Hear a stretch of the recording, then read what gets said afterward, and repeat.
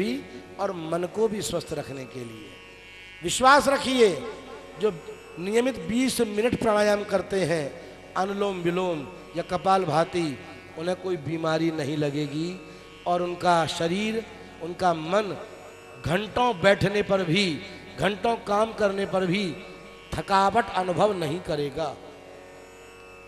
प्राणायाम का ये प्रभाव है और ठाकुर नजदीक आपके आता चला जाए। एक और बात, प्राणायाम करते चलो, एक एक श्वास में अपने इष्ट देव का नाम, इष्ट देव का मंत्र, गुरुदेव के द्वारा दिया गया गुरु मंत्र का जाप करते चलो। ऐसा अभ्यास बनाओ, एक श्वास प्रश्वास की प्रक्रिया में एक बार गुरु मंत्र का जाप हो जाए।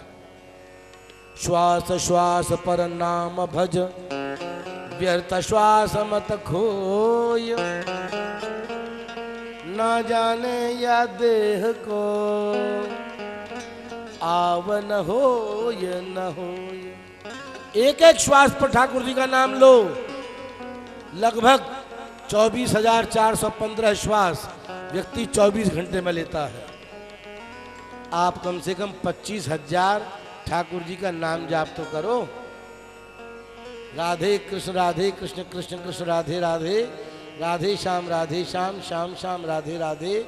इस मंत्र की 16 माला करोगे तो अपने आप 25,000 नाम जाप हो जाएगा।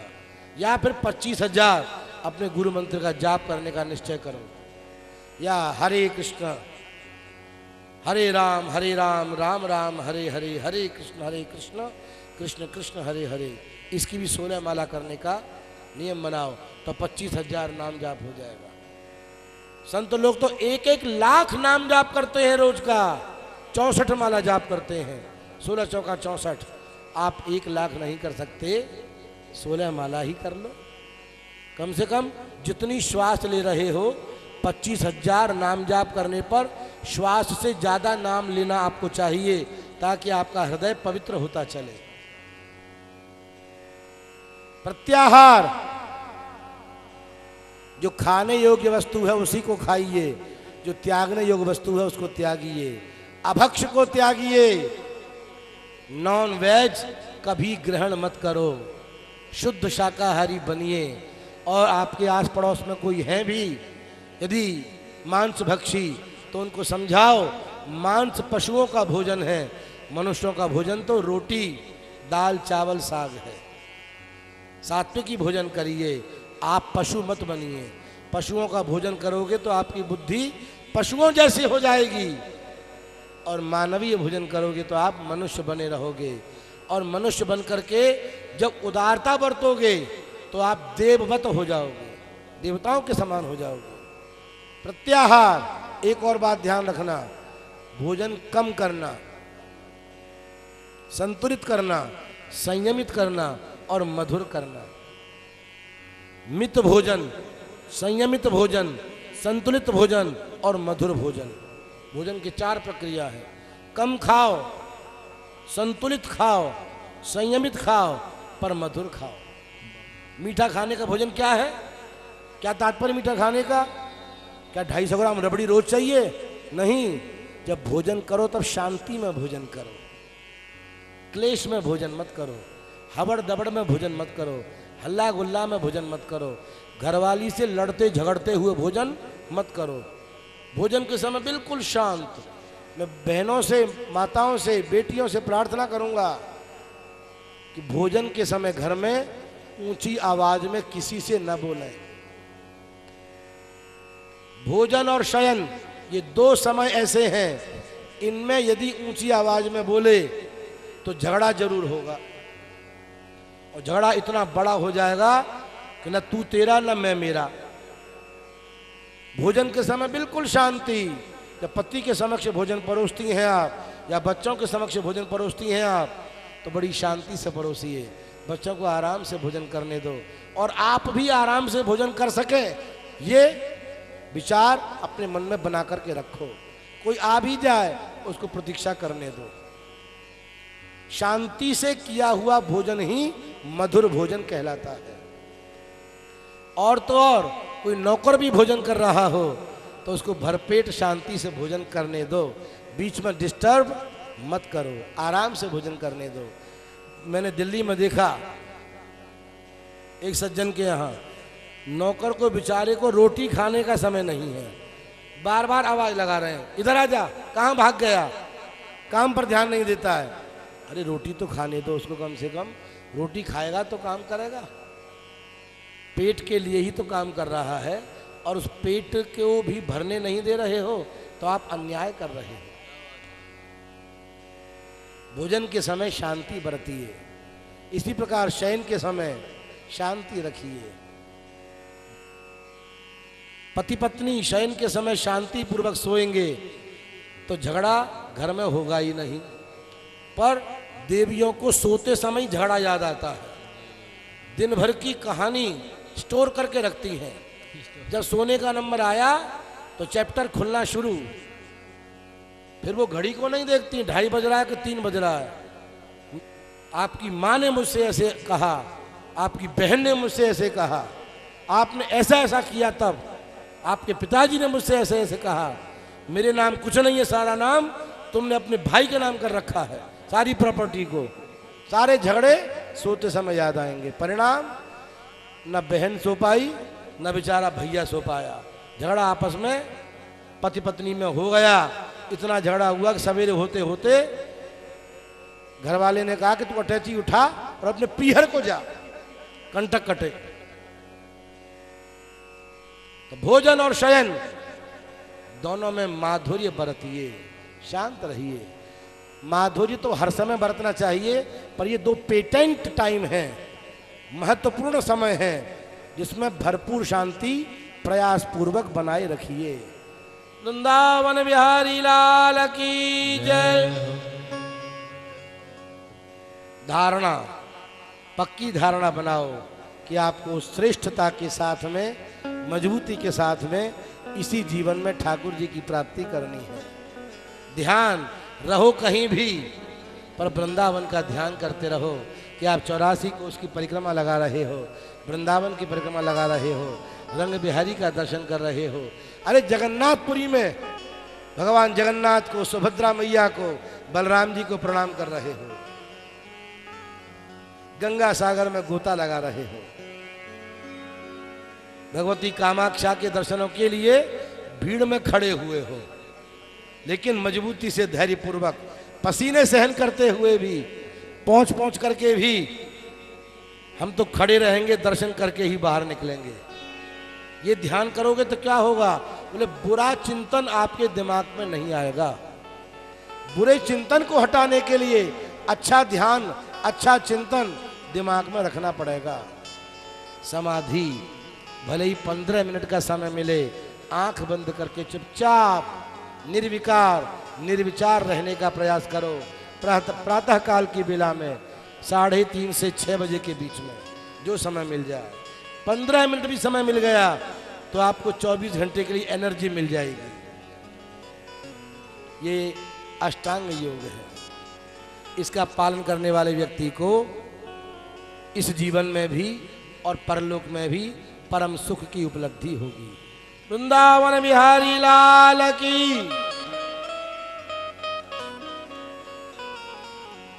सती पर क्रोध किया प्रजापति दक्ष ने और सती के पति भगवान शंकर की अवहेलना की, क्योंकि दक्ष प्रजापति भगवान शंकर का विरोध करता है। भगवान शंकर के मन में विरोध किसी के प्रति नहीं है। सूत्र याद रखो, कोई आपसे विरोध रखे रखने दो, पर आप किसी से विरोध मत रखो। शत्रु भी सामने आ जाए तो भी जय श्री राम जय श्री कृष्ण अवश्य बोलना। जवाब ना दे कोई बात नहीं, आप कहो जरूर। जब दक्ष प्रजापति के द्वारा अपने पति का अपमान देखा, सती ने शरीर का परित्याग कर दिया। भगवान शंकर को पता चला, वीरभद्र को भेजा, दंडित किया। दक्ष प्रजापति का सिर उखाड़ करके यज्ञ कुंड में डाल दिया गया।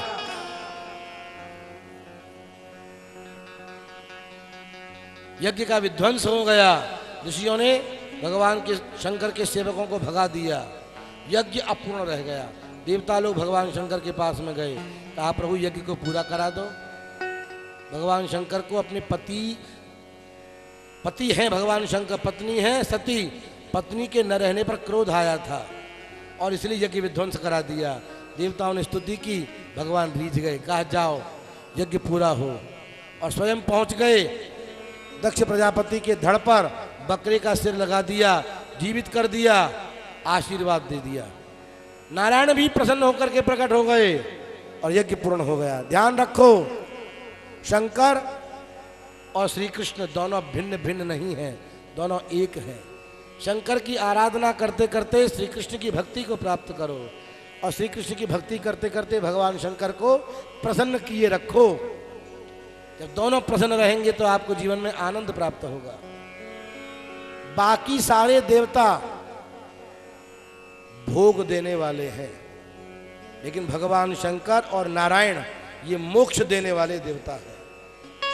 भोग और मोक्ष दोनों दे सकते हैं, इसलिए भोग और मोक्ष दोनों की प्राप्ति के लिए शिव और नारायण की, श्री कृष्ण की उपासना करो। वृंदावन बिहारी लाल की जय। ध्रुव ने सम्राट पद प्राप्त करना चाहा, अपनी माता के कहने पर तपस्या की, जंगल में जाकर के साधना की। भगवान नारायण ने दर्शन दिया ध्रुव को। दर्शन करने के लिए भगवान पधारे। मधुरवनम नृत्यति दृक्षया गतः। भगवान ने दर्शन किया, ध्रुव का आशीर्वाद दिया और स्वयं चक्रवर्ती सम्राट होने का वरदान दे दिया। ध्रुव आए, राज्य गद्दी पर बैठे, अटल राज्य किया, 36,000 वर्ष राज्य किया। उत्तम उनका भाई समाप्त हो गया, सौतेली मां रुचि शांत हो गई और ध्रुव जी भगवान की आराधना कर रहे हैं। ध्रुव को लेने के लिए मृत्यु आई, मृत्यु के सिर पर पैर रखा ध्रुव जी ने और भगवान के विमान में प्रवेश किया, भगवत धाम को गए। वृंदावन बिहारी लाल की जय। पृथु जी ने 100 यज्ञ करने का निश्चय किया, 99 यज्ञ पूरे हो गए। 100वें यज्ञ में इंद्र ने आकर के घोड़े की चोरी की। बेटे ने जाकर के इंद्र को पराजित किया, घोड़े को छुड़ा लिया। अनेकों बार इंद्र ने कुचेष्टा की। ध्यान रखिए, सज्जन सज्जनता को न छोड़ें। दुष्ट व्यक्ति दुष्टता को जब नहीं छोड़ता है तो सज्जन को भी सज्जनता नहीं छोड़नी चाहिए। दुष्ट को दंड भगवान देंगे, आप ये मत समझिए कि दुष्ट को दंड हम दे दें। सारे काम आप कर लोगे तो भगवान के पास क्या काम रहेगा। भगवान को भी कोई काम करने दो। आप तो खाली ठाकुर जी का चिंतन करो। दुष्ट जो करता है करने दो, आप अपनी सात्विकता बनाए रखो। पृथु जी पर भगवान रीझ गए, भगवान का दर्शन प्राप्त हुआ। कहा पृथु जी से वरदान मांगो। पृथु जी ने कहा प्रभु मुझे तो आप 10,000 कान दे दो, ईयर्स। इन 10,000 कानों से मैं आपकी कथा का अमृत पीता रहूं, अतृप्त होकर के कथा का पान करता रहूं, कथा रस पीता रहूं, यही मुझे चाहिए। ये मत समझना कि कथा एक जैसी होती है, बार बार क्या सुनना। कथा में कोई भी नई बात हर बार आपको मिलेगी, नई शिक्षा प्राप्त होगी। इसलिए बार बार कथा सुनो। कब तक सुने? तो जब तक जीवन है तब तक कथा सुनते रहो, हमेशा सुनते रहो। और ठाकुर जी से प्रार्थना करो कथा सुनते सुनते ही प्राण निकले। इससे बढ़कर के हमारे लिए सौभाग्य की बात और क्या हो सकती है। भक्तवत्सल भगवान की जय।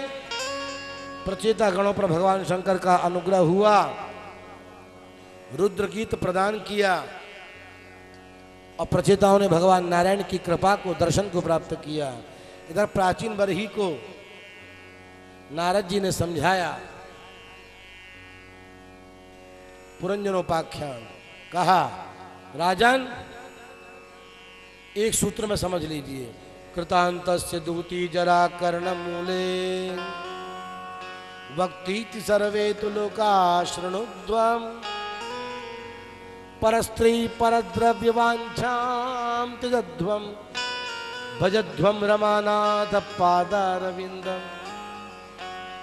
मृत्यु की दूती जो बुढ़ापा है ये आकर के आपके कान में कह रही है, अब तक आपने बड़े पाप किए, अब पापों को त्यागो, अब ठाकुर जी के पाद पद्मों में अपनी अनुरक्ति को बढ़ाओ। ध्यान पूर्वक सुनो, दूसरे की संपत्ति को देख करके लालायित मत हो जाओ, अर्थात लोभी मत बनो, और दूसरे की स्त्री को देख करके अपने भीतर विकार उत्पन्न मत करो। दूसरे की संपत्ति, दूसरे की स्त्री को देख करके अपने भीतर कुविचार पैदा मत होने दो, सद्विचार बनाए रखो। दूसरे का धन दूसरे भोगें, दूसरे की स्त्री की रक्षा आप करो, पर बुरी दृष्टि से मत देखो। भजध्वम रमानाद पादारविंदम, और भगवान लक्ष्मी के पति के चरणार विंदों को पकड़े रखो, इससे आपका जीवन कल्याणमय हो जाएगा। वृंदावन बिहारी लाल की जय। प्रियव्रत महाराज के पुत्र हुए आग्नेयद्र, आग्नेयद्र के पुत्र हुए नाभि, नाभि के पुत्र हुए ऋषभदेव, ऋषभदेव जी के पुत्र हुए भरत जी। 100 बेटे हुए, 81 हुए कर्मकांडी ब्राह्मण, 9 हुए योगेश्वर, 1 हुए भरत जी, और बाकी 9 हुए 9 खंडों के राजा। भरत जी ने खूब राज्य किया, विरक्ति हुई। ध्यान से समझो, जीवन में एक समय आता है कि आप गृहस्थ में प्रवेश करें, और एक समय ऐसा भी आता है कि गृहस्थ से आप मुक्त हों। जो गृहस्थ में घुसना तो जानते हैं, गृहस्थ से निकलना नहीं जानते, वे कैद में बंद हो जाते हैं और जीवन पर्यंत कष्ट भोगते हैं। गृहस्थ को भोगिए इसलिए कि इंद्रियां आपके वश में हो जाएं, इंद्रियों पर आप विजय प्राप्त कर लें, और जब समय आ जाए तो आप गृहस्थ से बाहर निकलिए, विरक्त होने का प्रयास कीजिए। विरक्त होने के लिए गेरुआ वस्त्र नहीं पहनने, विरक्त होने के लिए जंगल में नहीं जाना है, विरक्त होने के लिए मूड नहीं मुड़ाना है, विरक्त होने के लिए खाली संसार की आसक्ति को त्यागना है। आसक्ति को त्याग करके संसार में रहना, मध्य में रहना। जो मिल गया पा लिया, जो कपड़ा मिल गया पहन लिया, नहीं मिला ठाकुर की कृपा समझी, बस आसक्ति त्याग दी, मोह त्याग दिया, रोटी मिल गई पाई और भजन में लग गए।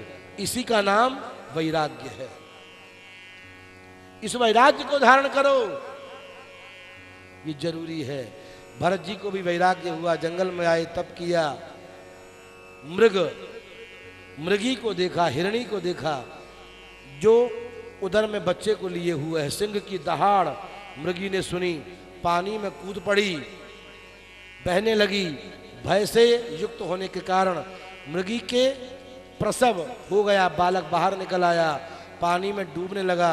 भरत जी देख रहे हैं, दौड़े, उछले कूदे पानी में, गंडकी नदी में, और बच्चे को निकाल करके बाहर ले आए। मृगी को, माता को बचा नहीं पाए। बच्चे की सुरक्षा की, जैसे तैसे घास वगैरह खिला करके, हल्का फुल्का दूध पिला करके बच्चे का पालन पोषण किया, लालन पोषण किया, और मृगी का बच्चा, हिरण का बच्चा जीवित रहा, सुरक्षित रहा और बड़ा होने लगा। अब भरत जी का ध्यान उसमें अटक गया, प्यार हो गया। भरत जी को उस मृग के बच्चे के बिना रहा ना जाए, और मृग का बच्चा भी घूम घाम करके अपने सींगों से भरत जी की पीठ को खुजलाने लग जाए। अंतिम समय आया, भगवान की याद नहीं रही, भरत जी को याद किसकी रही? मृग के बच्चे की। भूखा होगा न जाने कहाँ चला गया, हे चंद्रमा उस बच्चे की रक्षा करना, और प्राण छूट गए। अंते या मति ही सा गति ही, अंत के समय जैसी मति होगी वैसी ही गति प्राप्त होगी, ध्यान रखो। इसलिए अपनी मति को भगवान में लगाओ, भोजन जैसा मिल जाए पालो। ये नहीं साहब हम तो मलाई वाला दूध ही पिएंगे, बिना मलाई के दूध हमको नुकसान करता है। अरे जो मिल गया ठाकुर जी का प्रसाद है, ऐसे मिले वैसे मिले, उस तरीके से मिले, क्या तरीका? सब तरीके बेकार हैं। सब तमाशे कर चुका, अब ये भी तमाशा करके देख। वाह इरादा मरने वाले बिन इरादा मर के देख। वाह इरादा मरने वाले, बिन इरादा मर के देख, सब तमाशे कर चुका, ये भी तमाशा करके देख।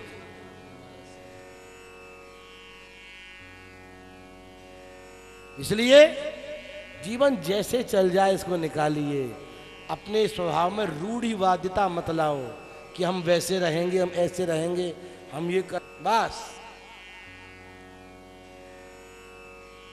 दूसरा जन्म भरत जी को मृग का ही मिला, पर पूर्व जन्म का संस्कार भजन व्यर्थ नहीं गया, याद रहा। महात्माओं के आश्रमों के बाहर प्रसादी पत्तलों को चाटा, शरीर त्यागा। तीसरा जन्म भरत जी का ब्राह्मण कुल में हुआ, नाम यहाँ भी भरत है, पर जड़वत आचरण करते हैं, इसलिए नाम हो गया जड़ भरत। युवक हुए, भोजन खूब कर रहे हैं, और नहीं मिल रहा है तो नहीं कर रहे हैं। ध्यान रखो, मिल जाए तो कम नहीं खाना, और नहीं मिले तो गम नहीं करना। मिले अच्छा, बहुत अच्छी बात, न मिले तो तरसो मत। महाराज जी का आदेश रहा है ये। हलवा तुमको बढ़िया मिल रहा है, देसी घी का, गाय के घी का, पाओ, भोग लगाओ, भगवान का पाओ प्रसाद, पर जिस दिन